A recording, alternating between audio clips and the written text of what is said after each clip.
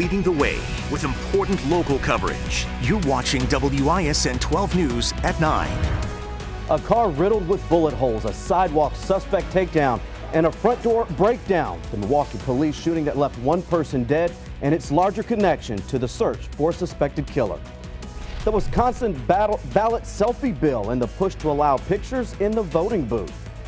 And the big bucks to see the Bucks in Game 5. The high price to pay to see the Bucks try to finish the revenge series.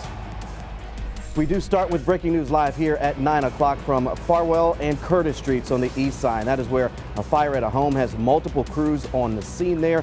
Right now we know firefighters have Farwell blocked off at Brady Street, but you can see those fire crews with their ladders on top of this multi-story home. It appears they have this fire under control, but we do have a crew there on the scene. We'll bring you any of the latest information as it develops in this half hour. Plus, we do have some video from the ground from Paul Henning. You can see how much smoke actually filled the neighborhood there just before sunset.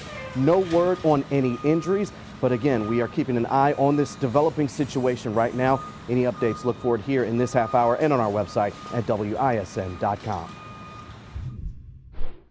While conducting surveillance, two subjects approached their vehicle, one concealing their faces and armed with a handgun. And that is what the Milwaukee police chief says led plainclothes officers to shoot a man dead.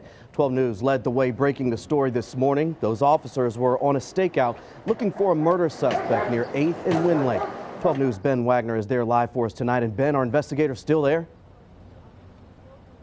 Derek, they are. There's a couple of police officers here in this alleyway. There's also been another number here patrolling late into the evening, nearly 12 hours after a police shooting during a stakeout. Now, Milwaukee police say two undercover officers fired on a man who they say approached their car violently during a stakeout.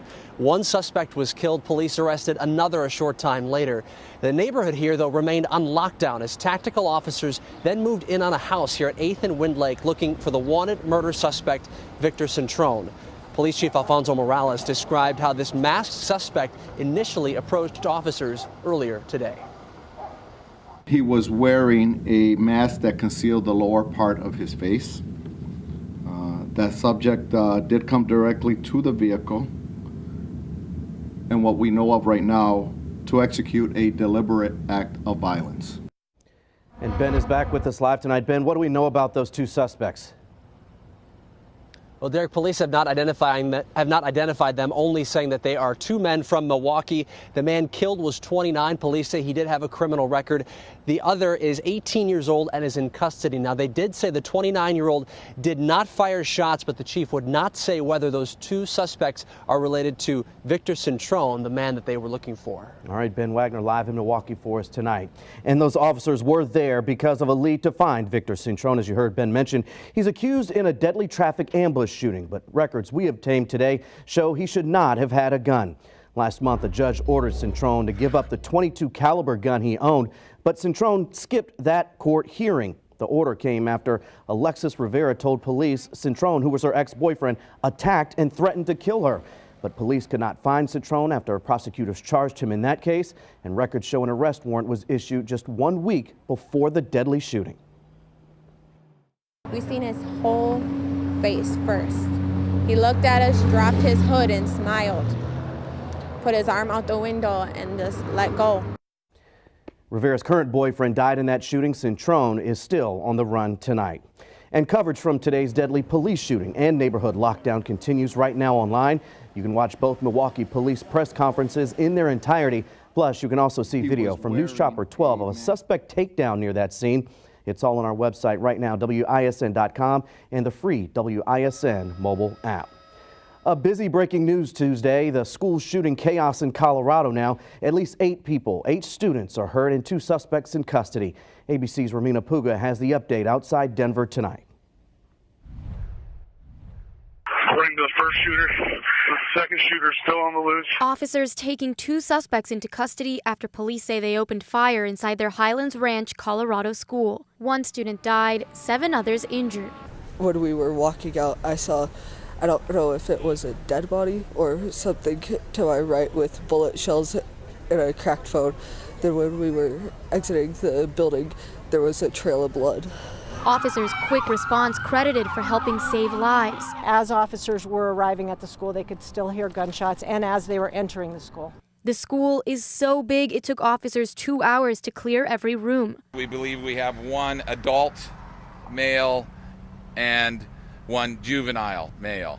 The K-12 school has over 1,800 students who were immediately put on lockdown. One sixth grader describing the scene. A bunch of kids running out and saying, school shooter, and I'm like, what is this, real or fake? And then I just go after them. Authorities asking worried parents to please be patient as they picked up their kids from a nearby recreation center. I just want to get to my son and hold him and hug him and make sure he's okay. He's terrified. One of the suspect's vehicles is contained in the parking lot as authorities work on search warrants for the vehicle and the suspect's houses. The White House released a statement saying that tragically, this community and those surrounding it know all too well these hateful and horrible acts of violence. Romina Puga, ABC News, Los Angeles. A Milwaukee Public Works crew member pinned beneath a truck. We got a Ford F-350 dually. He's standing behind the dually and it backed over him. He's actually trapped underneath the rear axle. He's not in the tires. I'm guessing we're going to be doing a lift to get him out of here. It happened around 1:15 at 60th and Hampton. DPW tells us it was an electrical service worker who was accidentally hit when that truck went in reverse. Medics took the man to the hospital where he is in stable condition tonight. Now to Weather Watch 12 at 9 o'clock, a live look outside downtown Milwaukee. A pretty picture there as we head into the evening, but things are going to get nasty come Wednesday. Chief Meteorologist Mark Baden is here with the timeline on what will be a rainy and raw day. It was cold today. Temperatures held in the 40s, especially near the lakeshore. Now tomorrow we get to add to it sideways rain, so that'll be delightful. In the meantime, let's talk positive. The sunset tonight was at 7:59. There still is a tiny bit of light. This is from our Brady Street camera. So you can see a little bit of light out there right now, and that's kind of a nice sign of those long daylight hours that we get to enjoy for the next, I'd say 3 to 4 months around here. Scattered showers out to the west of us. Going to take a while before that makes it here into southeastern Wisconsin. So for tomorrow, have the umbrella handy. Temperatures will be chilly. It's going to be windy and raw when the heaviest rain comes in and brings a chance for some thunderstorms coming up on Weather Watch 12. All right, Mark. Well, also tomorrow, you're going to need big bucks to see the Bucks try to close out the Celtics in Game 5. 12 News' Caroline Reinwald is live at Fiserv Forum tonight. And Caroline, are these some of the most expensive tickets ever? Derek, they really are. Just to get in the door here at Fiserv Forum tomorrow night, you're going to need about $100. But if you want to sit courtside, you're really going to need some big bucks. Now, the cheapest ticket to get into this game tomorrow night for this playoff game at Fiserv Forum is selling for $116 on Ticketmaster. High-rolling superfans who want to get the best seats in the house, however, will spend thousands like these courtside tickets on Ticketmaster Tuesday night, selling for $3,900 to $4,445 a piece. It is the most expensive ticket for sale that this city has ever seen. Not a big fan, and I don't think there's a lot of other things I would buy for $4,500. Yeah, no, that's ridiculous. It's crazy. It is crazy. It's the most expensive ticket in Milwaukee's history. I believe it. The Bucks have come a long way, so I think that it's about time for them to get that kind of exposure and that kind of hype around their name and everything. All right, Caroline, so all of us here at the studio are hoping you will save us a courtside seat. But in all seriousness, when was the last time a ticket price even came close to this? Derek, Ticket King officials tell me that was back in 2015 for the Rolling Stones who played at Summerfest. Those tickets, the most expensive ones, were going for $2,000 to $2,500. A high price for a hot ticket. Caroline Reinwald live outside Fiserv Forum tonight. And tomorrow night's game tips off at 7 o'clock at Fiserv Forum. If necessary, Game 6 will be in Boston on Friday. Then Game 7, if that is necessary, would be right back here in Milwaukee at Fiserv Forum on Monday. Could ballot selfies soon be legal in Wisconsin? Today, lawmakers heard testimony on a proposal to make it possible. 12 News' Matt Smith is live outside downtown Milwaukee tonight. And Matt, this one has a lot of people talking. It sure does, Derek. And today, the state lawmaker said Wisconsin is one of 18 states that still prohibits people from entering their polling location, snapping a picture, and posting it online. This proposal would change that. In fact, several circuit courts across the country have ruled similar laws in other states are unconstitutional. Good idea, bad idea? You know, being that the first time I voted was only last year, I'm not sure how I feel about that. I guess that's a personal preference. I think it's a great idea. I mean, if you want me to get real serious as a political science major, I think it's awesome. I think it's better for students to be able to express civic competency at the ballot box, right? All right, Matt, we know this is just a proposal right now, but is there any strong opposition to the potential change? There is actually. The Wisconsin County Clerks Association has come out in opposition. They testified that today. There's concerns among some clerks over intimidation and the potential for people to be able to force other people to vote a certain way. All right, Matt Smith live for us in downtown Milwaukee tonight. And the city of Milwaukee will pay $2 million to the family of a man who died in the back of a police car. I can't breathe, son. You're talking about You're just playing games. Police arrested Derek Williams in 2011 when he was a suspect in a robbery.